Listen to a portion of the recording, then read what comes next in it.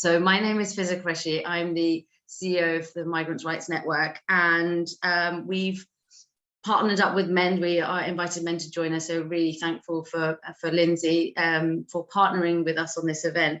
And the reason why we have created a series event called it's part of a series of events, I should say, called Who is Welcome, and looking at the intersection of immigration with other kind of issues and identities.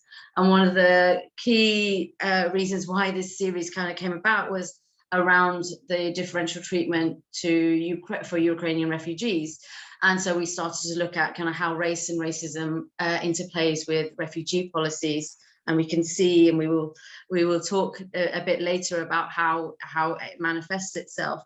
And part of that conversation, we really wanted Islamophobia to also be kind of a topic, but we were unfortunate that the speaker was unavailable. So we thought, right, let's hold this separately as an event, and kind of get MEND's expertise around this issue as well, with all their work on Islamophobia, and see what conversations we can have, and kind of hopefully raise awareness around how Islamophobia does manifest itself within immigration policies. I also have a vested interest, I guess, because I am a Muslim. I'm a second generation migrant, and with the recent Nationality and Borders Act, I can have my citizenship deprived of without notice. And I know I can always be deprived of citizenship, sadly, in this country. I'm not British enough. But the fact that kind of piece of legislation coming through really awakened people to realize that actually this is a very real threat to a lot of people, and unfortunately particularly Muslims, as the Institute of Race Relations kind of highlighted recently with their report. I've also sadly experienced, not directly but indirectly, Islamophobia within the immigration migrant refugee sector, and that was in relation to kind of the May 2017 tragedy, bombing in Manchester. And there was an immigration communication group for the sector, who immediately kind of sent around an email and said, we're gathering the Muslim organizations in Manchester and the migrant refugee organizations in Manchester ready to reflect on what's happened and, you know, offer apologies, etc. And by that point, they were asking us at a point when the police had already said, don't speculate, don't assume, I don't have any idea of or the identity of the person who's committed this atrocity. And so I challenged this. I just said, why are we preempting what's happening here, and asking people to apologize for something that they're not responsible for? And sadly, it was met with, well, it's likely to be Muslim because of the method at which this bombing has happened. It's a suicide bombing, so it's going to be a Muslim, and therefore, you know, we need people to speak out. What I did ask them was to reflect and say, well, if this is possibly a far-right fascist that's committed this atrocity, have you got all those organizations lined up to speak about, to apologize on their behalf? And obviously that was met with silence. So it's really a kind of an emerging issue within the migrant refugee sector around how misunderstood Islamophobia is and how it manifests itself. So that's from me, and I hope we're going to have a further discussion around, you know, around this issue. And I'm really excited to hear from Waqas and Isabel today around this topic. But firstly, I'm going to hand over to Lindsay so that she can introduce herself and MEND. Thank you so much. So my name's Lindsay Taylor. I am the regional manager for Scotland for MEND, but also the Deputy Head of Community Engagement and Development for MEND UK-wide as well. MEND is a not-for-profit organisation that works to tackle Islamophobia across the board. It works at grassroots level all the way through to political level, and it's about encouraging Muslim communities to engage with politics, media and civic society, but also for media, politics and civic society to engage with Muslim communities, because often we see that this doesn't happen, and that's really important, that there is that two-way engagement going on, because it takes two sides to have a conversation. So we're delighted to be here this evening, because actually Islamophobia is often one of these topics which isn't discussed within this sphere, as it is often not discussed in many other spheres. So we are really delighted to be here and have this conversation this evening.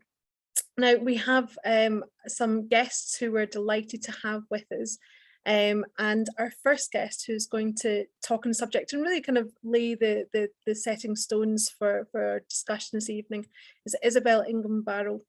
Isabel is the CEO and founder of Community Policy Forum, an independent think tank seeking to engage academics, policymakers and community groups to creating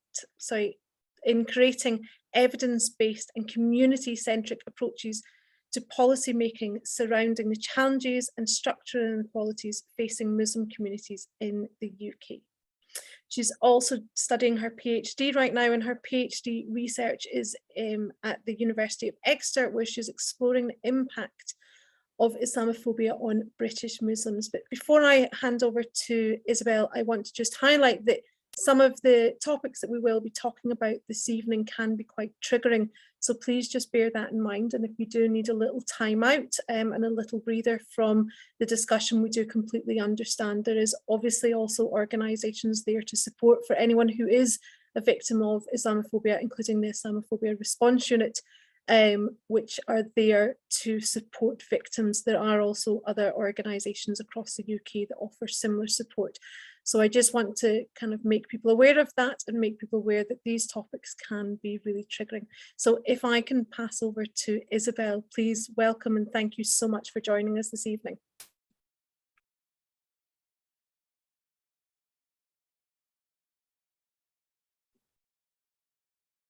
There we are. Hello, everybody, and thank you so much to Lindsay and Faiza for inviting me today. It's a real pleasure to be able to speak on something that I think is a very, very important and understood area. And what I really want to touch upon is how in the UK, many of our laws, policies and practices surrounding immigration are unavoidably created, maintained and informed by the war on terror. So what I really want to focus on is this kind of intersection between the war on terror, immigration and Islamophobia, and how it's all inextricably interlinked. And to start with, I think we have to understand what we mean by the term xenophobia. Now, xenophobia is quite an often used term, and it usually means, people tend to use it in terms of a fear of foreigners, a fear of people that are foreign, but that's not exactly what it means. When we're talking about xenophobia, we're actually talking about fear of anything or prejudice against anything that seems foreign, but that seems different to the dominant cultural, religious, political, ethnic status quo, right? So outside of the dominant group. And what that means is in the UK, for Muslims, quite often they can be considered foreign, regardless of whether they have been born in the UK, regardless how long they have been here, on the fact that it is largely culture, religion, practice, behavior, and all these different types of things that are seen to be outside of the dominant norm. And the war on terror really it's based on a cultural project wherein a perception has been created where Muslims are framed as fundamentally in conflict with the West in terms of practices, beliefs, behaviors, values, and identities. And within that, there is then this perception of threat that is created, that Muslims are seen as a threat to Western identity, security, and way of life. And this obviously has impacts for Muslims both in the UK and around the world. So firstly, you can't really, just as an example, you can't really appreciate the UK's laws on, say, citizenship stripping without understanding how it's tied to the war on terror and the structural Islamophobia that it promotes and maintains. So as a starting point, and I should caveat, the government doesn't actually release any data on or any official figures on citizenship stripping. But according to FOIs and various research that's been done, it appears that prior to 2006, there had not been a single case of citizenship stripping since 1973. Now, then between 2006 and 2010, obviously, as the war on terror began to gain momentum, we saw about 9 cases. Then suddenly, in 2017, that number peaked at 148 cases. So we've gone from 0 in 30 years to 9 in a period of 5 years, and then to 148 in a single year. And then in between 2018 and 2020, there was at least 197 cases. So we've seen a huge exponential leap in the number of citizenship stripping cases. And to understand where that leap has come from, the key point is the 2014 Immigration Act.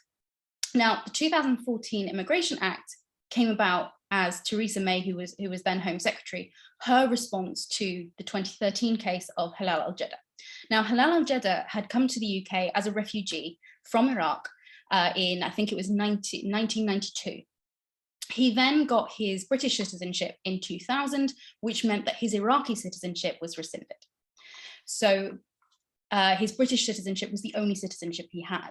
So because of his activity in Syria, when the Home Office tried to strip him of his citizenship, the Supreme Court declared that it was illegal because you are not allowed to make someone stateless, even though the government said that he could apply to have his Iraqi citizenship reinstated. That led to the 2014 Immigration Act, which basically allows the Home Secretary to rescind someone's citizenship if they believe it is conducive to the public good, and if they believe that it is possible for someone to get a citizenship elsewhere. So they don't have to have it. So that is what led to the case of obviously Shamima Begum. And in her case, she'd never been to Bangladesh, but because her parents were born there, it was seen that she could apply, even though Bangladesh obviously turned around and said, no, we're not going to give it to her. And she was made stateless. And that's obviously a huge dilemma, because firstly, you've got a political figure. Don't forget that the Home Secretary is not a judicial figure. He is, or he or she is a political representative of a political party with a political agenda. Being able to activate that executive power. Also, there are problems with the fact that there is very, very little judicial oversight. In many of these cases, you're seeing things like secret evidence, people not being able to view the evidence that is being used against them. And if obviously if you can't see it, you can't combat it, you can't fight against it. And it creates a whole swathe of second-class citizenship in the UK, where someone like myself, for example, I could never have any access to another citizenship, but anyone whose parents were perhaps born in another country, that would mean that their citizenship is constantly going to have that potential to have it taken away. Even if it is incredibly unlikely that that would happen in reality, it is still that potential that it could happen, and it does happen. And it adds on to that perception that no matter how long Muslims have been here, whether they've been born here, whether they've come from somewhere else, there's always that kind of label that they are seen as guests in the country because of that precarious citizenship status. And then obviously the Nationality and Borders Act that many people are aware of quite recently expanded it so that, expanded the powers so that it can be taken away without notice. It increased the Home Office's kind of categories in which they are allowed to not give notice. And obviously, if you're not given notice, again, you can't fight it. And it extends beyond just specifically immigration and citizenship policies. It also expands to all our discussions around human rights, for example. So as many of you may be aware, the Human Rights Act has been under attack for a number of years and has actually been described as a villain's charter that only protects terrorists, criminals, and immigrants, and gives people unnecessary rights and protects them at the expense of the supposed deserving public. Now, that has led to the government tabling the Bill of Rights, which is currently being shelved. So it was originally tabled, it was up for debate, and it has now kind of been pulled back, and we're not sure what's happening with it, but it could come back at any moment, and it likely will come back in the near future. But the government's main arguments for overhauling the Human Rights Act and putting forward this Bill of Rights is a very, very heavy focus on removing executive barriers to deportations. And we saw all the rhetoric surrounding the Rwanda flight and, you know, commentary about the European Convention of Human Rights and our human rights framework in the UK. So this is all under threat because of this attitude towards immigration. Then we have to look at how Muslims are treated if they are not born in the UK. So if this is what Muslims are experiencing in the UK, what is it like for people who are trying to enter the country?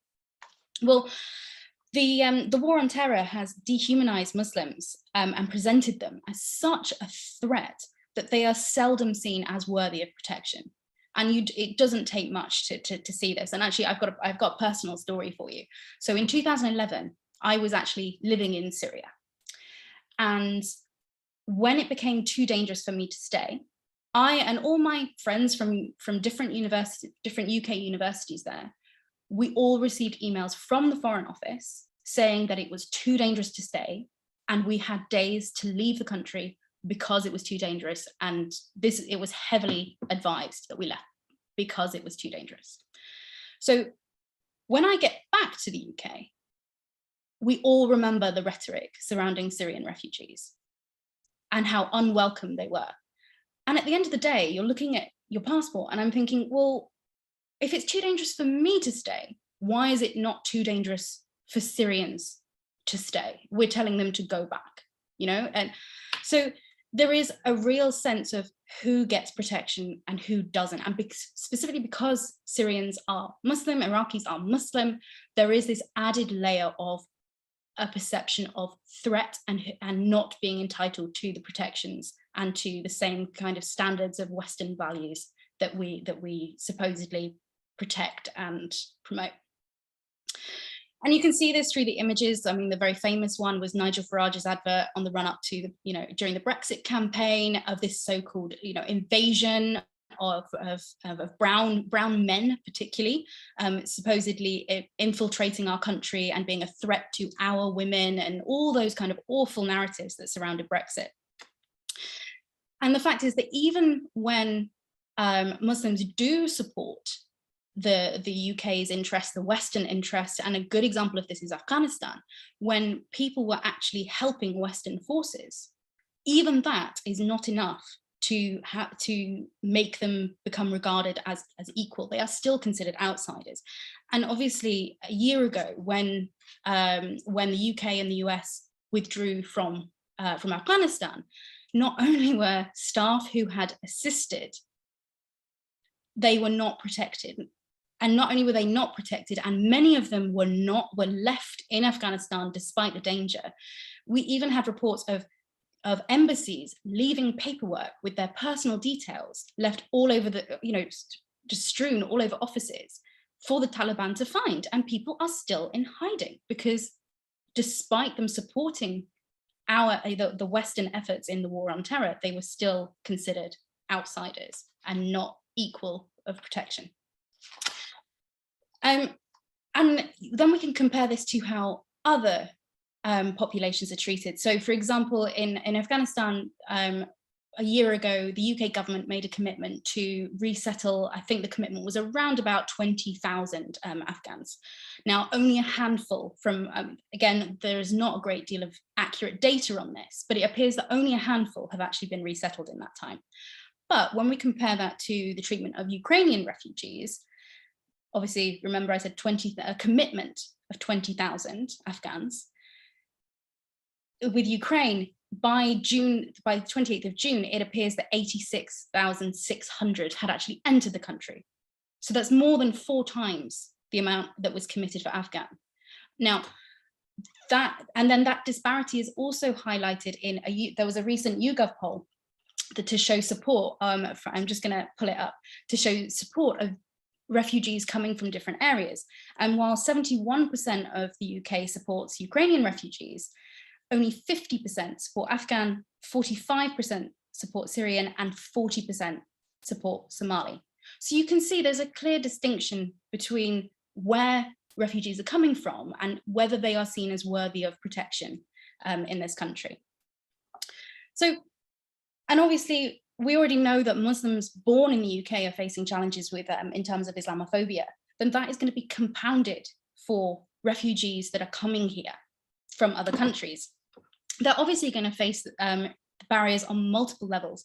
You know, all refugees face challenges in terms of language.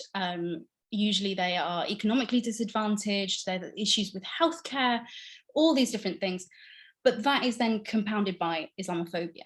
And not just Islamophobia in terms of hate crime and harassment on the streets, we're also talking about employment discrimination, and we're also talking about structural Islamophobia. And just as the one example of citizenship that I mentioned before, the fact that someone's status is never going to be as completely secure as it is for other people. And as I say, statistically, the probability of someone having their citizenship stripped is incredibly low, but it's not non-existent. And the fact is that because it can be applied to certain people in a way that it cannot be applied to others, and the fact that because it, as I say, it comes through the person of the Home Secretary, it is an inherently political act. And that is why this is we cannot separate immigration policy from the war on terror and the political climate in which we live, and the treatment of Muslims and the way they are framed within our current socio-political and public discourse. So I'm gonna stop it there, because as you can probably tell, I'm quite likely to go off on a rant for quite some time, but I hope that's helpful. And if anyone's got any questions, I'd be very happy to take any questions.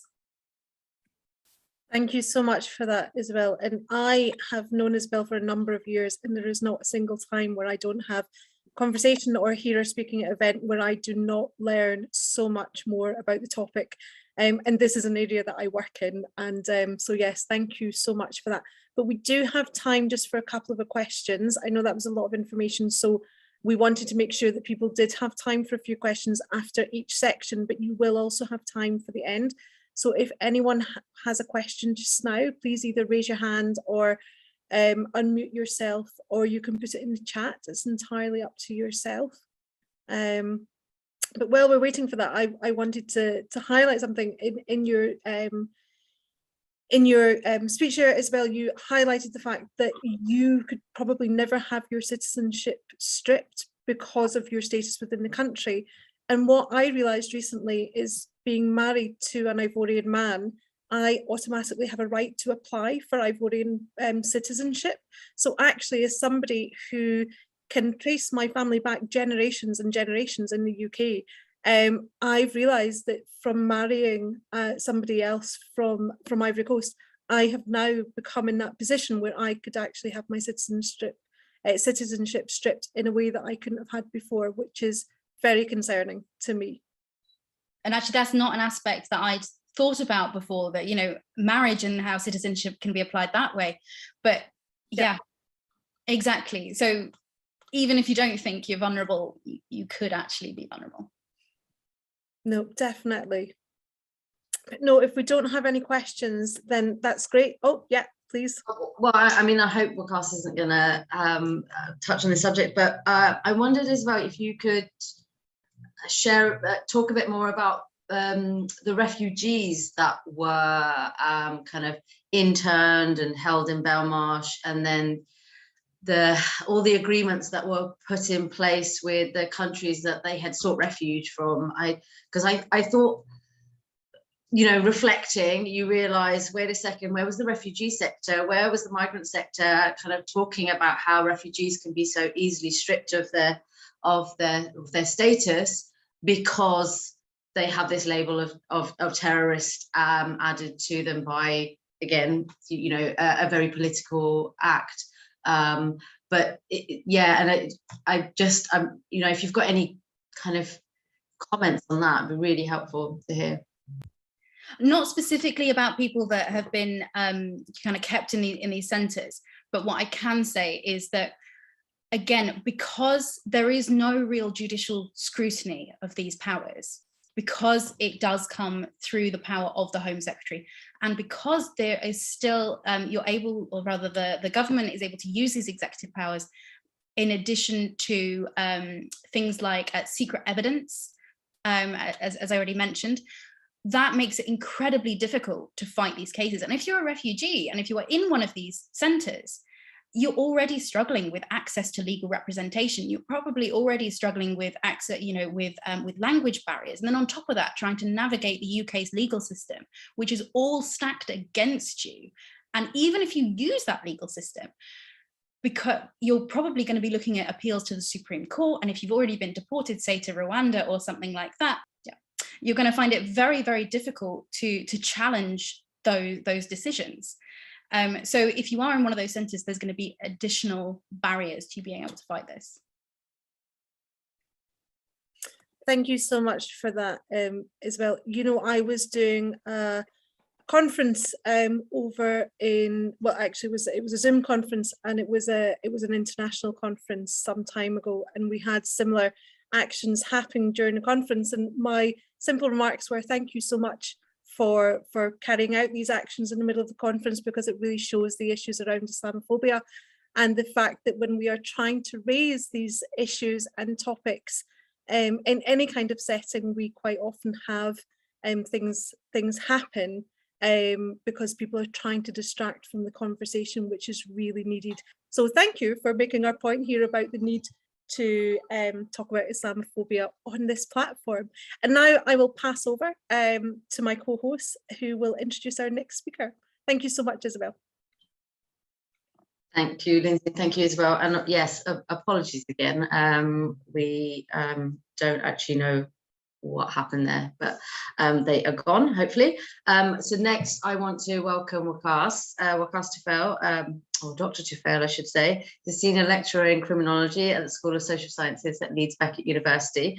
But also importantly, he's an activist and a community organizer and a co-founder of the Northern Police Monitoring Project. So he's got that kind of grassroots activity and engagement, and he's very engaged in kind of monitoring the police harassment, brutality and racism, and his activism kind of very much informs his work, and we're very excited to hear from you today. Thank you, Waqas.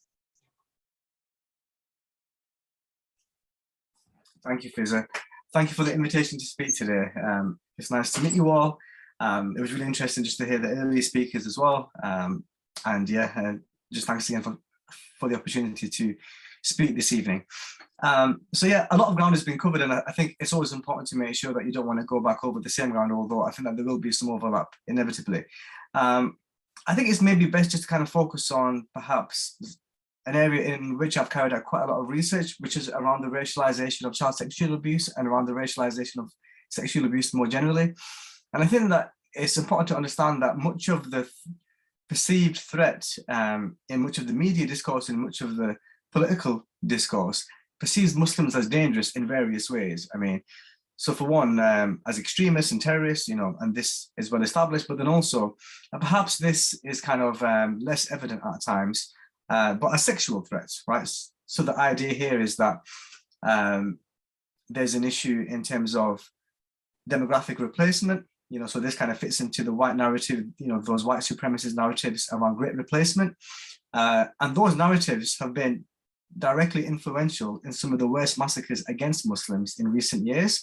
So if you think about Christchurch, the Christchurch massacre, that individual was very much influenced and cited great replacement theories. He actually made reference to the events in Rotherham, to the child sexual abuse in Rotherham in his manifesto, and he actually wrote the words for Rotherham on his ammunition as he was carrying out that massacre. So I think it's really important to kind of highlight how much of this narrative is kind of built upon the idea around that great replacement theory. And something else that I think we should highlight, because we've spoken a lot about the UK, is that this phenomenon is certainly not isolated to the UK. It's certainly not isolated just to a few countries in Europe. I mean, if you think about Islamophobia, and if you think about the fear, and if you think about how Islamophobia is enacted at borders in Europe, this runs to many, many countries, right? In fact, it would be a much shorter list of countries that don't have policies and that don't have a media landscape where Muslim immigration is demonized, as threatening in one of these ways. So I think it's really important to establish that. And I think something that I'm really interested in as well is who is participating in this, right? Which because it's not just a case of a law is passed and then that law is enacted by practitioners and by police officers, etc. I think it's much more complex than that, and I think that there's many more actors involved, you know, who, it's fair to say, have an agenda, right? So one example, I think, is to look at the role of think tanks, right? So particularly in the role of migration, we have a number of well-established think tanks over the years, you know, whose entire purpose, whose entire existence, you know, is to whip up fear around minorities, is to whip up fear about the impact of immigration, and it's the campaign using huge amounts of funding that they receive, and often the funding that they receive is very opaque. It's difficult to kind of nail down who actually funds them. And actually it's very similar when we look at some of the main funders of Islamophobia. I know that some individuals here may have done, I know that Isabel may have been involved in some research in the past which looks at think tanks. I've written myself about the landscape of Islamophobia and think tanks, particularly Quilliam. So the Quilliam Foundation, which thankfully is now defunct, you know, it kind of collapsed a year or two ago, in some mystery, to be honest. You know, it was quite sudden what happened, but I like to say that I played a small part in that, given my research with Ella Cockburn as well, which kind of highlighted how their absolutely shocking report, you know, which was shameful that it was published, but it was also shameful that it was uncritically reproduced by most of our media, and how they argue that 84% of grooming gangs in the UK are Asian, right? So this statistic was entirely made up. It was based on no clear evidence based. They just cherry-picked cases from the media. It was the worst example of research that you could find. And actually what's interesting as well is that we've learned that they've since pulled it from the internet, so you can't find it on Quilliam's website anymore. They've actually pulled it from the internet as well. But this is important to highlight, because what this did is that it really kind of helped to fuel a moral panic around dangerous and sexually violent Muslim men. I mean, so firstly, it's important to point out that Muslims sometimes do very bad things, right? They sometimes carry out acts of violence, they sometimes carry out acts of murder, etc., etc. And that has certainly been the case in many of these instances, right, where there's some serious abuse that has taken place. It needs to be investigated, you know, and there needs to be consequences, and there needs to be justice for the survivors, right? So I think all of that needs to be said. And I think how this links to what's happening in wider Europe is that we see similar moral panics, similar racialized moral panics in many other countries. So even in countries as small as Finland, even other countries in the Nordic area, where there's been similar localized moral panics around Muslim so-called rape gangs, right? You know, this phrase grooming gangs has become very popular in the UK, but it's certainly not isolated to the UK. Previously, historically, in France as well, and there's also some really interesting research which looks at Australia and how there's been similar localized racialized moral panics. And the point is not to kind of minimize or dismiss these events that have taken place, but the point is to argue that these events have been explained and represented through those individuals' Muslimness, right? And in this sense, whole communities have been blamed and stigmatized and demonized because of the actions of a few. And all of this does absolutely nothing for the prevention of sexual violence. And this is also one really key point that I make and that I make in my joint research with Ella Cockburn. And if anyone's interested, you can read our article in Race and Class, which kind of goes through this in much detail, and it's available open access as well, so you don't have to have a university subscription. So just a bit of a plug there. If you're interested in learning more about all of this, then please do have a look at that. In terms of what's happening in wider Europe as well, there was the incident in Cologne as well, you know, and this was kind of real fodder for the far right, in how this was represented and again presented as a way to make the wider public believe that it's also a sexual threat. Okay, so just kind of going back to that narrative. Just one really important concept as well that I want to highlight at this stage is some really quite useful work by Sarah Faris. So she kind of devised this concept of femo-nationalism, and what she argued there, because sometimes we argue and we believe that these narratives emerge only from the worst excesses of the press, or that they emerge only from the likes of Nigel Farage and the more extreme far right. But actually, we need to look at the role of liberals, right, and liberal elites in how these narratives have been cemented, right? And quite often, it's white middle-class liberal feminists who are also quite instrumental in terms of campaigns to ban the veil, campaigns against Muslim immigration. So feminists and liberals are often at the front of this, right? And actually, this is where I think there's a real focus on the power of liberal Islamophobia, which often, is much more destructive than the far right can, because the far right are not in power, right? The far right do not have access to the same kind of resources to cause harm than the state does, right? And quite often it's the liberal state and its actors within the liberal state who are enacting this violence. So I've got just a quote here. So this concept of feminine nationalism. So Faris argues that the so-called concerns of the far right and conservatives overlap with those of some liberal elites and some feminists.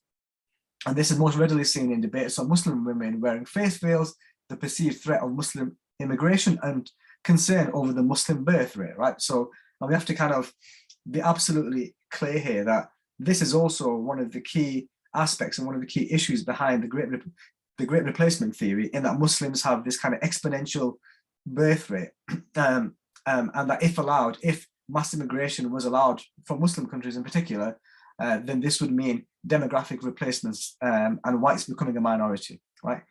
So Faris argues that feminine nationalism thus describes, on the one hand, the attempts of Western European right-wing parties and neoliberals to advance xenophobic and racist politics through the touting of gender equality, while on the other hand, it captures the involvement of various well-known and quite visible feminists and femocrats in the current framing of Islam as a quintessentially misogynistic religion and culture.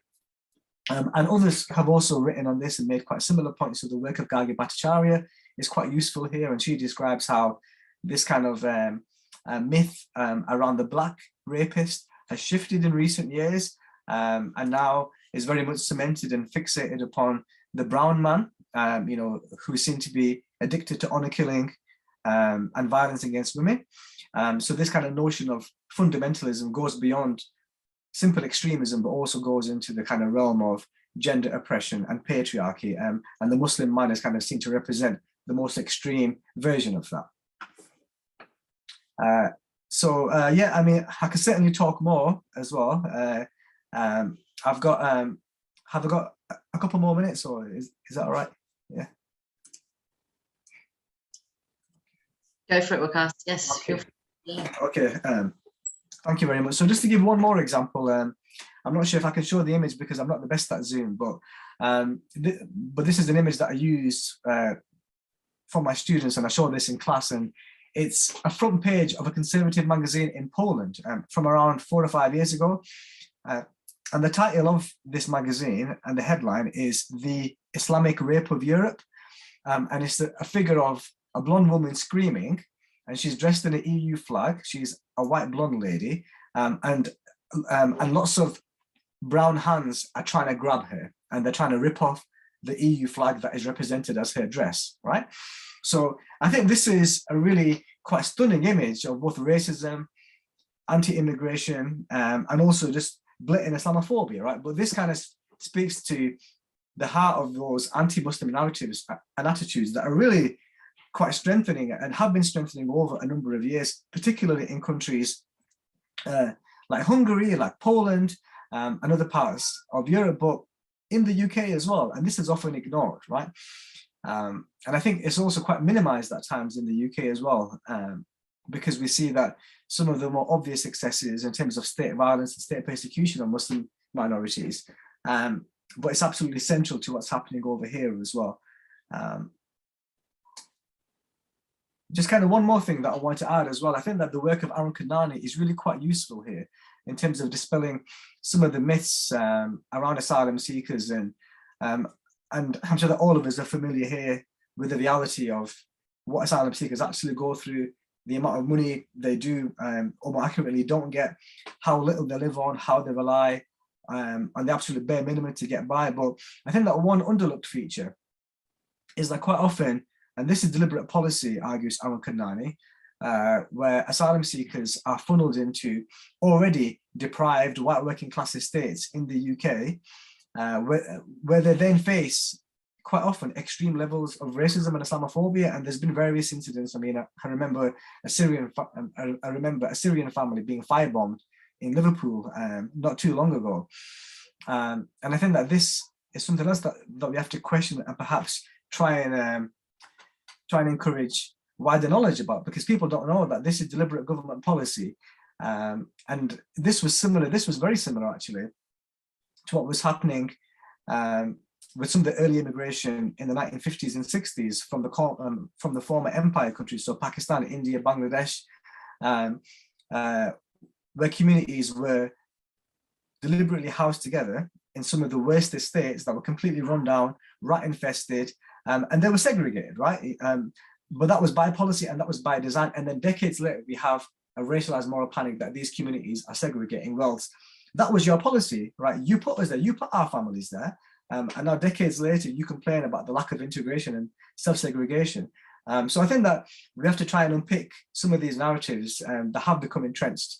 And sorry if I've drifted away a bit from the focus of this conversation. I hope I made some useful points there, but I'll be more than happy to answer some questions that the audience have. That's great, Vikas. Thank you so much. And no, I don't think you drifted off. I was, kind of intrigued as in terms of like when you talk about ghettoization. And I used to live in Newham, which is like one of the most diverse boroughs of London, maybe anywhere in the UK. And I didn't understand, well, how is it that all these other communities can live together, but white communities have an issue, white British, I should say, because the Eastern Europeans were all living together, Indians, etc. So no, I don't think you've veered off. I think it's a really important thing to discuss in terms of immigration and so-called integration and inclusion kind of like discussions. I wanted to so offer anyone who wants to ask a question or cast specifically, but again, we're going to now move on to kind of otherwise we will move straight into the panel discussion, if that's okay. And then Izzy and Wakash, you both have an opportunity. If anyone, again, wants to speak, wants to ask a question, please indicate by raising your hand or do drop it in the chat. But what we would also like to do is if anyone wants to come forward, again, if you feel safe to do so, and we can stop recording if you wanted to share any lived experience of Islamophobia and immigration, that's something that we would welcome as well. And again, you could always put it in the chat function instead if you felt you didn't want to come and say verbalize it. So I haven't got anyone putting their hands up. I think everyone's been quite shy, which is fine. There is a question in the chat. Oh, sorry. Okay. From Anna, thank you. So because she said she's found it really powerful what you said about how liberal Islamophobia is a lot more dangerous than the far right Islamophobia, and that's a really interesting point that I had not really considered before tonight as well. And so she wondered to what extent this is true, partially because of the fact it's more covert, less obvious, because liberalism disguises its own violence through its weaponization of gender equality, etc., as opposed to it merely being because liberals are in power.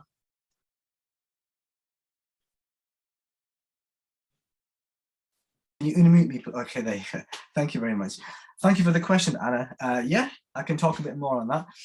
So I think that one easier way to kind of think about liberal Islamophobia is to think about the countries which have enacted veil bans, right? So if you look at Canada, in Quebec, you have the introduction of a veil ban. Canada is supposed to be one of the most progressive countries in the world, right?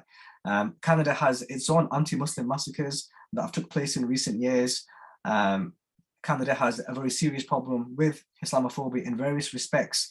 There's lots of local activists campaigning against Islamophobia, against state Islamophobia in Canada as well. And that's in relation to being on the no-fly list. So again, there's this idea that only US Muslims are on no-fly list. No, lots of Canadians are also on no-fly lists, right? And they also kind of face that persecution of not being able to travel anywhere because they've been designated as a possible terrorist. What's interesting here is that we also have the veil ban introduced in a number of, I can't actually keep up with the number of countries. I've got this in a slide because I do a lecture on gender and Islamophobia, and we go through the countries in Europe, but of course France, Austria, I think as well, a number of other countries, maybe Switzerland, I'm not sure. I might have made that up, but it might be accurate, I don't know, but a quick Google will kind of tell you which countries have enacted a veil ban, right? So lots of governments, lots of quite liberal governments as well, right? You know, who would kind of regard themselves as liberal states, as liberal politicians, have been at the forefront of this. People say, and I think this is a really good comparison, right? People say, if Britain's so racist, then why don't we have the veil ban? Why don't we have the hijab ban? And I think this is a really interesting question that we should confront, right? And I think that one of the reasons is that we've had a much better and more organized anti-racist strategy and grassroots organizing over decades, right?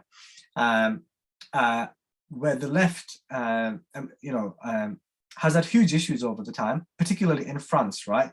You know, where much of the organized left in France is deeply Islamophobic. I remember back in the Stop the War days when there were all the protests around Iraq, and Salma Yaqub, who is the well-known Stop the War activist, she was shouted at by a French feminist because she was sat on the same panel as Salma. You know, it was an anti-war thing, and she was screaming at her because she was wearing a hijab. So, this is kind of one aspect to highlight, but then also another one is to say that don't count your chickens, right? Yes, we don't have a hijab ban now, but there's nothing to stop future extreme governments from trying to introduce it, right? I mean, we live in very uncertain political times. I don't think anyone could have predicted what's happened in the world over the past 10 years, you know, in terms of Brexit, in terms of Trump, in terms of what's happening right now, right? You know, this whole crisis that people are living through at this very moment, what's happening in Ukraine. None of this could be predicted. And the only reason this hasn't taken further hold is because there's been a committed network of anti-racists that have successfully challenged and protested Islamophobia. And that's not to say that things can't get worse, but I think that is the major difference there, right? I mean, if you take the grooming example, right? Who was one of the key figureheads around that? It was Sarah Champion, right? You know, she was the shadow minister for women and equalities at the same time that she wrote that article for The Sun, where she said Pakistan is a rapist, right? You know, that was a really anti-Muslim Islamophobic article, but she was the minister that, she was the then shadow minister for women and equalities, right? You know, she's a noted feminist. She describes herself as liberal. You know, she's on the left in terms of being in the Labour Party, but she was a key figurehead in this, right? So I think it's important to kind of see where these voices are and what they campaign for. And I think it's really dangerous because I think that the end result is that this argument or this debate or this form of Islamophobia is weaponized, and ultimately this kind of ends up in far-right massacres. Because even Anders Breivik, so this is in an article by Liz Fekete for Race and Class, but he wrote in his manifesto how many hordes of European women must be raped by Muslim men before we learn, right? You know, so this was at the forefront of his far-right narrative as well. Yeah.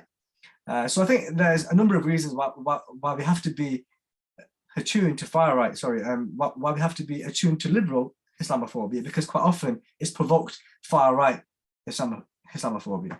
I hope that answers your question. I think so. It's my colleague here, and she asked a great question, and she's nodding away. So thank you very much for that. Did you want to make any points around that as well? If not, we can ask plenty of other questions to ask you.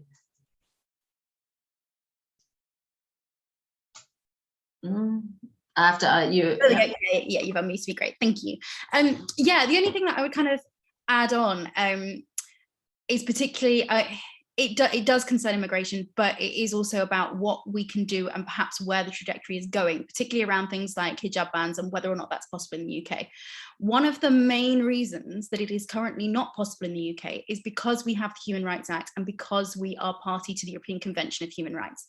Now, the reason France could institute hijab bans is because under the European Convention, different states are allowed certain latitude to allow rights to fit in with their cultural identities. And obviously France has always had a very, very strong emphasis on laicite, and it's obviously part of their national identity. So they were able to argue that laicite and their need to have a cohesive society kind of trumped the need to protect the right to wear hijab. And that is ultimately why the European Court allows France to do it. Britain does not have that, because we've always had a culture of multiculturalism. We could not use that argument. However, because the government is now trying to overhaul the Human Rights Act, one of the main things the British Bill of Rights is going to do is make it much harder for people to challenge human rights abuses in domestic courts. Now, if you cannot challenge it in a domestic court, you will have no other choice than to go to the European Court. And the European Court in Strasbourg back in 1998, it was estimated to cost around £30,000 and to take approximately 5 years. So the most vulnerable people in society simply won't be able to do that. You can't afford to do that when your rights are being abused. So if we lose that part of the Human Rights Act, then that does become a huge possibility, because obviously people are not going to be able to challenge it, but also there is talk about pulling out the European Convention in its entirety. So I would thoroughly recommend that everyone watches this space on where the UK's human rights framework is currently situated, and please do fight these changes as much as possible, because this is just one area. Yeah, that's all I'd add. Thank you, Izzy. Are you able to actually, as we're on the Human Rights Act, are you able to kind of go a little bit more in depth in some of the other areas that could be affected if the Human Rights Act is scrapped, or if this new bill that's being proposed is brought in? Yeah, so that, I mean, there's a number of areas, and I can put, we've got a full briefing on our website that I can pop the link into in the chat. But for example, around deportations, so one of the main changes is that quite often people are able to challenge deportation orders under Article 8 rights. Article 8 is the right to family life. And quite often, if you've got family in the UK, if parents are going to be separated from their children, etc., that is one way that you can fight deportation orders. Now, the Bill of Rights, as it currently stands, it could come back in another form when it's finally tabled again. It will remove the right to challenge deportation orders under Article 8. There are certain provisions which makes it sound like it is still possible, but in reality, the threshold is so very, very, very high that it's not really possible anymore. So they're effectively removing that ability. The other thing that they're doing is, in terms of appealing deportation orders, it's going to do things like requiring the court to accept the Secretary of State's assurances. So, for example, if the Home Secretary says that a country is safe to be returned to, then the court has to accept it, despite the fact that recent months have shown that the Home Secretary is far from infallible when it comes to being accurate with the truth in these types of cases. There are other ways that it is going to seriously hinder kind of the broader people's broader access to human rights. So for example, positive obligations. So currently the state has a responsibility to actively protect your human rights, not just passively step in when they're being abused, but actively protect them. So for example, if you are in a hospital, if there is somebody that is undergoing a kind of a psychiatric treatment, that the hospital and the welfare team has a responsibility to make sure that that person is not a danger to themselves or others before they can discharge that person. That's one example. Another example is that a social worker must communicate with schools, and teachers must communicate with social workers if they believe that a child their welfare is in danger. The government is removing social obligations, and it is not being clear on how far they're willing to go. So it could be all of those types of obligations for the state to protect its citizens are going to go. The police perhaps won't be obligated to investigate crime fully. There are cases where there was one case of a Muslim man in prison who had been he'd been murdered by a racist cellmate, and the police knew obviously the police and the prison guards, they knew that this guy was racist, and they knew that he was dangerous and violent, and obviously he killed his cellmate. The Human Rights Act was what enabled the family to make there be an inquest into the failings in that case. That would not be possible anymore. So there is a number of ways that the Human Rights Act is being overhauled. So again, I'll put the full briefing in the chat, but it is a concern for everybody. Thank you so much, Isabel. And yeah, it really is very concerning for everybody, especially, you know, basic things that we consider to be a basic right, like a right to a family life, could be removed. Wakas, can I bring you in on this as well, please? Yeah. Thank you. Thank you, Isabel. I just had a question for you, actually, if that's okay. I just wanted to ask for some clarity on something. So you mentioned a few minutes ago around the Human Rights Act and how that might prevent any hijab ban in the future here. And I just wanted to interrogate that further because I'm not so sure. And the reason is because if I was to ask you the question, were Shamima Begum's human rights respected? And you mentioned the war on terror, and we all are familiar with what's happened in the war on terror, where the British have overseen torture of British suspects, the killing of British suspects, you know, by drone strikes, for instance. All of this has happened. Lots of war crimes have happened, but that's despite Britain having a Human Rights Act, right? So I firmly believe that it's important, right, and that we need the Human Rights Act, that it should be defended.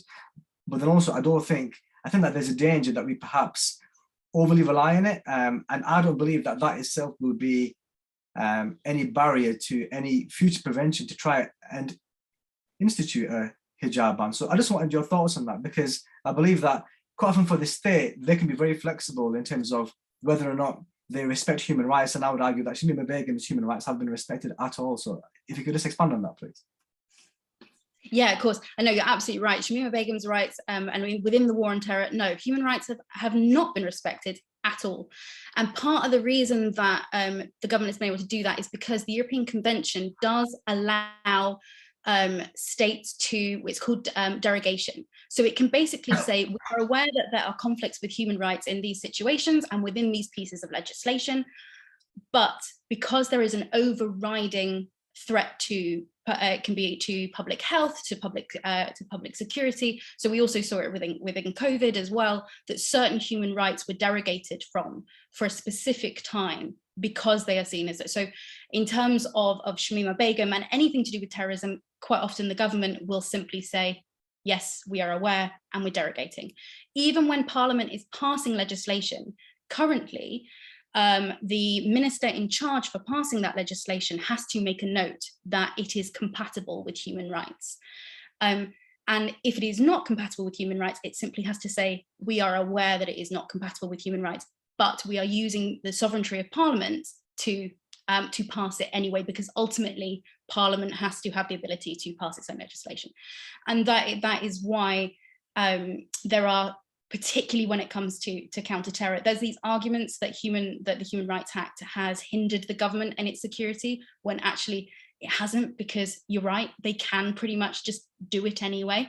So I'm not saying that it would completely stop, but it does act as a vital mechanism for us. And as you were saying, we do have a very, very strong anti-racism kind of current in an organisation in the UK.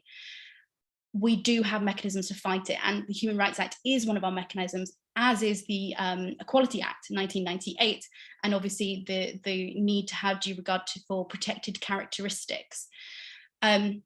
So you're completely right, it's not impossible. They could still do it, but we do have certain protections at the moment. So my argument is more that we should be protecting these arguments as much as we possibly can.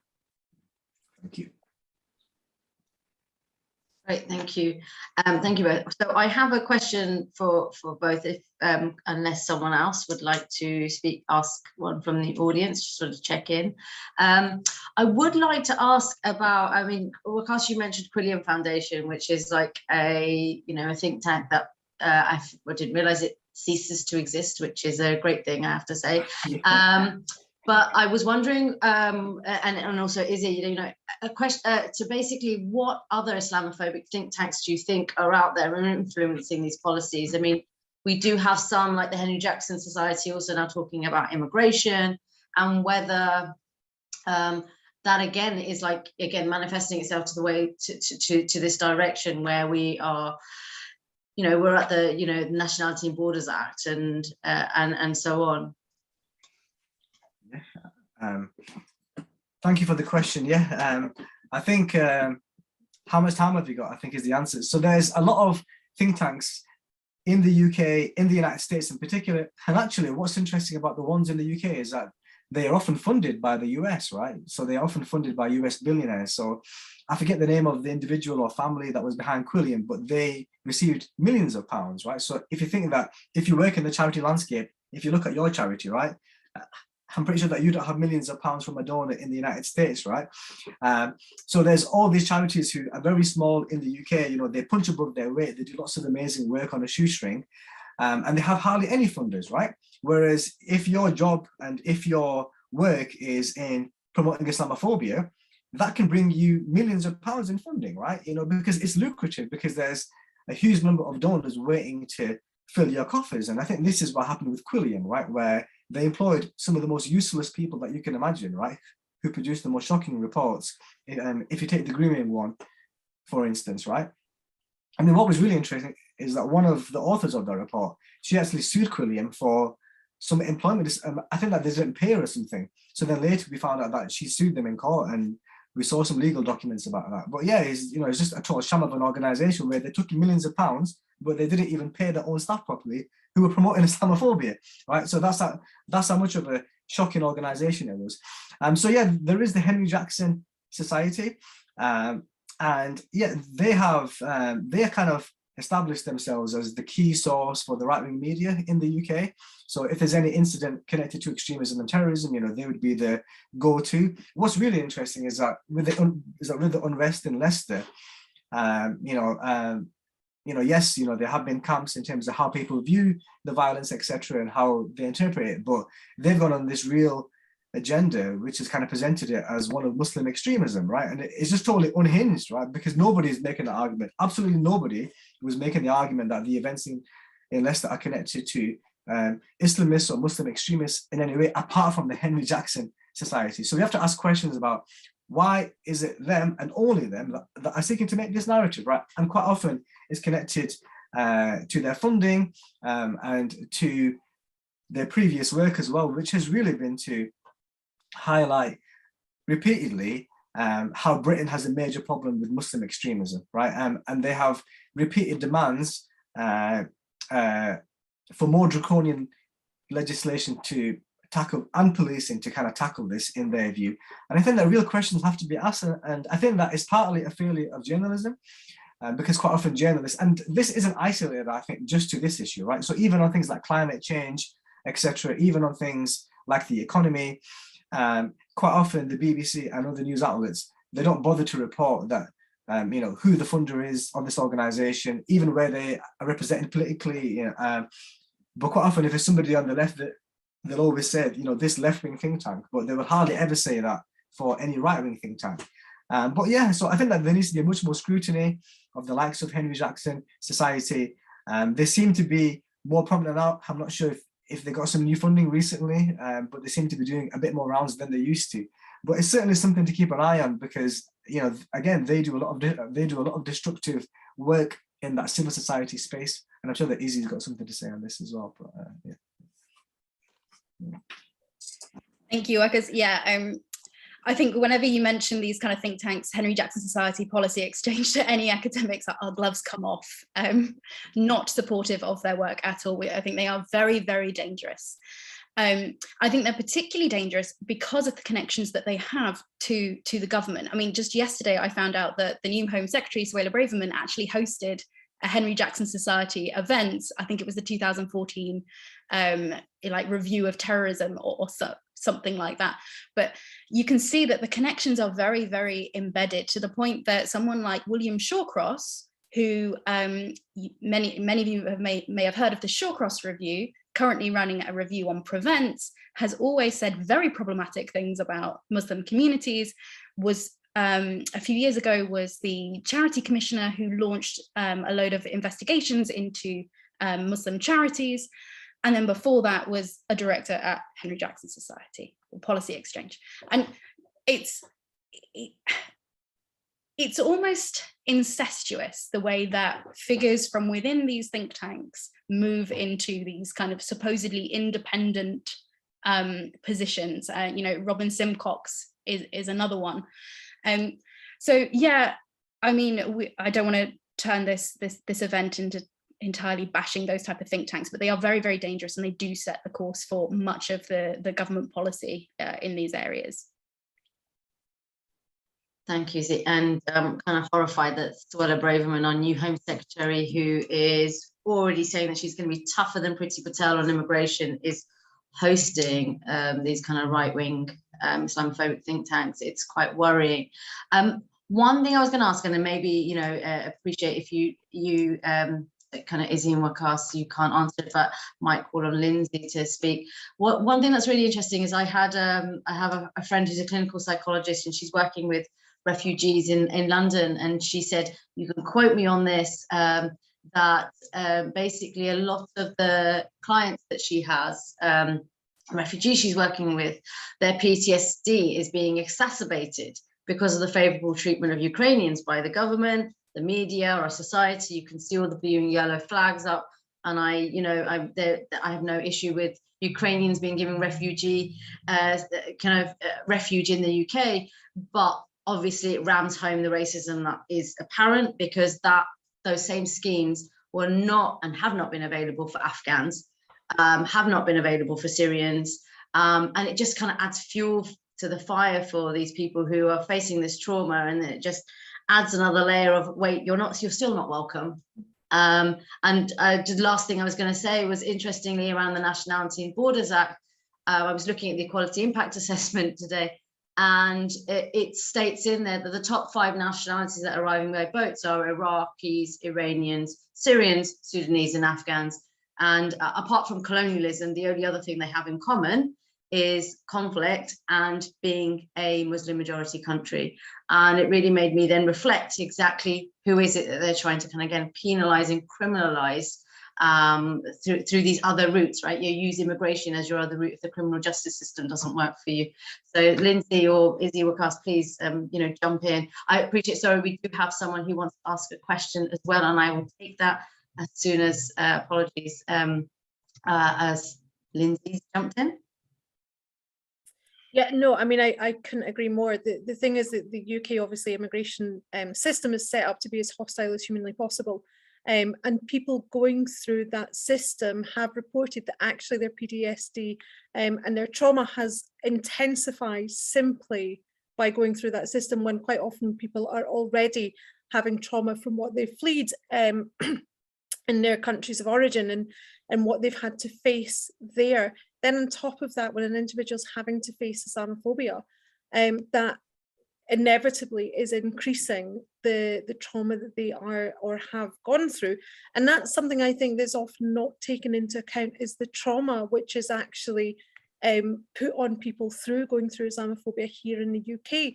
Because as we saw in a report, now I'm going to talk about Scottish statistics for a minute, so please forgive me, folks, but the CPG, that's the cross-party group on Islamophobia in Scotland, they reported that 89.4% of all Muslims in Scotland had faced Islamophobia, with 60% or just over 60% having faced that on a daily basis. Now imagine every single day of your life facing some kind of abuse, and many people actually reported that they changed their behavior because of abuse. So imagine that on top of going through the immigration system, and then on top of the trauma that you have had to flee from your country of origin. People are simply being traumatized and re-traumatized going through a system here which is supposed to be a system that's supposed to be there to protect some of our most vulnerable in society. And I think that's something that's really not taken into account in many cases, and especially for those working within the immigration system, the fact that many people are facing Islamophobia on a daily basis does need to be considered. I mean, that and racism, and quite often when you are like a Muslim woman, especially if you are an ethnic minority Muslim woman, you're facing the three-pronged attack of being ethnic minority, being Muslim, and being a woman. So these things all need to be taken into consideration when we are supporting those who are going through any kind of system within the UK. But I'm going to go to Deb now. Deb, great, thank you so much for your patience. Slightly concerned about asking anybody to unmute or on camera, but I see your beautiful little cat in picture, so I'm hoping that everything's okay here. If you just want to ask your question, that would be lovely. Thank you, Deb. Oh, you can't hardly see me, can you? Sorry.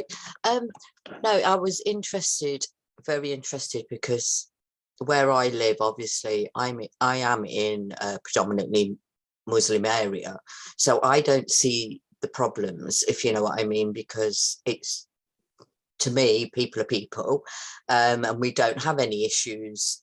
Well, we have recently, obviously. It was only around the corner from me that we had that trouble. That was one of the questions I did want to ask about what you thought about all that. My camera's rubbish or my chair's too low, I don't know which. I've forgotten what else I was going to ask and say now. But yeah, another thing as well that Waka said about, because where I live and I'm close to Highfield, so when I was really young, and that was a lot of the Black community were there, so society and parents obviously were telling us you've got to be fearful. So I can see, you know, where you were coming from with that, and now it's changed, completely changed over. And I can't remember what else I was going to ask. I'm really sorry, it's gone from my head. No, that's okay. Thank you so much. I'm sorry. But yeah, I mean, that is an important thing to be considering. Obviously, what's happening in certain areas in the UK right now, it is something that does need to be considered. And I know it's kind of off topic of what we've been looking at. But if one of our, or both of our panelists would like to comment on what's happening in Leicester just now, then I would, I'm sure Deb would be very grateful for that. I mean, I'm not a huge expert in this area, but what I will say very briefly is that the media reports are not necessarily something that people should be following, because there is a lot more going on underneath the surface. Communities have lived together very, very harmoniously for decades. But the one narrative that I do specifically want to dispel is that people like Tommy Robinson have been going around promoting this narrative that this is all because of, you know, Muslim extremism. I don't like the word extremism, but inverted commas, extremism, fundamentalism, and all these type of noxious terms. It is much more to do with a political undercurrent there. So if we look at what's going on in India, the current Modi in India, he's been promoting a very specific form of what's called Hindutva nationalism, which is essentially kind of Hindu superiority, which is drawn through this political need to expel Muslims from India. We've seen mosques being bulldozed, we've seen people being lynched, we've seen all sorts going on in India, and I'm currently working closely with some of the organizations in India that are very, very concerned. They're talking about fears of being on the verge of genocide. But then ahead of recent elections, we've also seen kind of some of that kind of political narrative being shipped over to the UK, and there were leaflets going around telling in predominantly, you know, Hindu neighborhoods, telling people don't vote for Labour because they support Muslims, and it's become very, very politicized, spreading that propaganda in the UK. And quite often, the same as what's been happening in India and also in China, the reason given for this hostility towards Muslims is because they are supposedly all terrorists, all a threat, etc. So I would just say be very, very careful when those narratives are going around about it being all about Muslim aggression. It's not. There is a lot of external political influence coming in to these local areas. And there's also a lot of agitators like Tommy Robinson that are purposefully stirring up more hatred when there are a lot of groups and communities on the ground that very much would just like this to end harmoniously and to work together, and to come to some kind of amicable settlement, I suppose. So that's all I'll really say on that. Thank you so much for that, Isabel. And I think that's something that's important to remember when we're talking about any of these issues, is that it has been seen in research that for every one moderate mention of Muslims in the mainstream media, there are 21 negative mentions or extremist mentions of Muslims.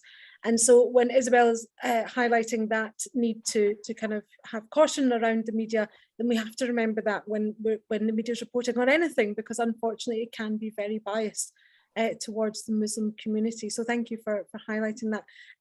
And can I bring yourself in there, Waqas? Yeah. So I think that Isabel covered that quite well. In terms of what I'd add, I would say that, that there's certainly a lot of agitators who kind of want to see more disharmony. They want to stir it up further. And I think it's good to see that things have settled down, and I hope it stays that way, and I hope it does stay calm, and I hope that the communities do stay harmonious. It seems to me, and and I think, like any social scientist, I think that this does need a lot more research. Because I think one of the things, and again, this is something that Isabel mentioned around social media and around rumor and misinformation, it can be harmful in many respects. And so I think it's important to kind of bear that in mind. But I think it's pretty clear that much of this has been provoked by elements of the Hindutva far right, who have infiltrated, who went on an armed incursion into a less than Muslim community. And that's unprecedented, really, right? And the point that I made on Twitter was that if this was Muslims that did this, right, it would be perceived very differently, okay? So I'm glad that things have settled down, and I don't think I have too much to add apart from the fact that, yes, I think it does need a lot more research in terms of what exactly happened, because it's still not clear who exactly the agitators were. In terms of those men, I think there was a couple of hundred men. I think that there's still a lack of detail as to where they came from exactly, but it does seem to be organized, and I think that is the worrying part, right? Where if an organized group of armed men wearing balaclavas have gone into a religious community, I think that sends a bad signal for everyone, not just Muslim communities, right? It sets a really worrying precedent for what can happen if things are allowed to kind of spiral out of control. But as I said, I'm just glad that things for now seem to have settled down. Thank you so much, Deb. I'm really sorry, but unfortunately we are coming to the end of our session. And sorry, you're muted. Oh, thank you. Thank you, Deb is saying thank you so much for your answers. Thank you for that, Deb. Unfortunately, we are coming to the end of our session. So what I would like to do is ask our panel if they would give just a very kind of short 1-minute roundup of any kind of closing thoughts or comments. So who would like to go first? Izzy, you're unmuted. If you want to go first, that would be grand, and then Waqas can have the final words there as well. Okay, so I guess I would just say that in terms of working in this field, firstly, I think it's very, very important to make sure that your work is being contextualized within the wider environment. I mean, obviously, I've talked today about citizenship, the war on terror, the Bill of Rights, the Nationality and Borders Bill. So I think in any field, actually, working within anti-racism, you have to keep an eye on the ball across all different areas and all different areas of policy. But also, when it comes to actually providing tangible support to refugees on the ground, there needs to be this constant understanding of the various different intersectional experiences, because we've been talking about Islamophobia today, but what we haven't really spoken about is things like gendered Islamophobia, or, for example, the way that different ethnicities can experience Islamophobia, or revert Islamophobia, experiencing it from within their own their original community and trying to enter their new community. We've not talked about things like the experiences of minority sects within Islam, so Shias, for example. So you do, as it goes without saying, in any kind of anti-racism project, we do need to think about these intersectional and kind of compounding experiences that are going to create barriers for people, and we need to be cognizant of that when we're trying to create strategies to help them and to platform those experiences. Thank you so much. And Wakas, can I hand over to you for your kind of final thoughts? Okay, yeah. So yeah, I think that on the one hand, it's really great to focus on and center Islamophobia, because it's really important. It's something that we're all passionate about in terms of trying to prevent it, in terms of trying to make life better in Britain and elsewhere for Muslims. But I think it's also important to think that we should expand our anti-racism as much as possible and look at the commonalities in terms of what's happening. But much of this, and I think that one of the ways to think about it is intersectional, but also to think about how much of our experience is shared by other communities in different ways, and even in overlapping ways. So if you think, for instance, around the Windrush scandal, what's happening there, if we think about the fact that a number of people who are being persecuted are, of course, not Muslim as well. So I think that it's important to kind of focus on having a wider understanding of anti-racism, you know, and I don't think it's helpful to collapse it solely into anti-Islamophobia, because yes, that is doing something and is doing something laudable and valuable, but I think that it needs to do a bit more as well. And I think that we're much more united if we challenge various racisms, all racisms, right? So I think it's really important to bear that in mind. I think it's also important to get involved, you know, there's lots of groups here that are represented tonight. People can get involved, right? There's MEND, there's Migrant Rights Network, there's Izzy's Community Policy Forum. Is that right? Have I pronounced it correctly? Okay, perfect. Yeah, you know, so there's lots of ways to get involved, right? Have a conversation, particularly, you know, if you're a student, you can get involved on campuses, etc. But I think it's important to bear in mind that everyone can do something, right? You know, because there's this idea that I'm powerless, I'm disconnected from politics, I don't have a say. Everyone can do something, right? And I think that it's also important to be attuned to when something happens. So I'm just thinking of last year or the year before, when there were those awful clampdowns on students protesting for Palestine, right, in schools, right? And a number were referred to prevent. You know, it was really awful time for many Muslim communities, for many Muslim students, and for many Muslim families and parents, right? And I think it's moments like that where you have to get active, right? Where you have to have some involvement at the local level, at the community level, right? Where you have to do things, you know, which may sound like they're not important, like writing to your MP, writing to your school, writing to the newspaper, right? But I think that we all have to kind of raise our voices, because in the times that we live in, you know, in these very dangerous times, you know, in these times where governments often need scapegoats, right? If you learn just one thing from the likes of Stuart Hall or Sivanandan, is that in moments of crisis, the government and the powerful look for scapegoats, right? So we're now in a huge crisis, and don't be surprised, you know, where, you know, if there's an attempt to scapegoat minorities and Muslims in particular ways, and we have to be attuned to that, and we have to resist that. Thank you so much for that. Those are really valid points. And yeah, of course, tackling one form of hate is about tackling all forms of hate. And it's really important that we do that collectively. Obviously, I do work for an organisation that tackles Islamophobia, so I just want to highlight that there is training available through MEND and other organisations, but MEND, you can see in our website that there is lots of different training sessions there, including things like active bystander and also causes and cures. So what is Islamophobia and how can we work together to tackle it? It's also Islamophobia Awareness Month, which is coming up really soon, and MEND is obviously a massive supporter and partner within Islamophobia Awareness Month. It's in November. So I do encourage all organisations to get active, whether that's just doing a little bit on social media or hosting your own event on different topics around Islamophobia to help start those conversations. And it's important to do that in all organisations, to have those conversations around Islamophobia, and they can lead on to lots of other conversations about how we tackle hate in a really kind of joined up and cohesive way. So from me, thank you so much. And I will now pass over to my co-host who really put together this programme this evening for the final words. So thank you.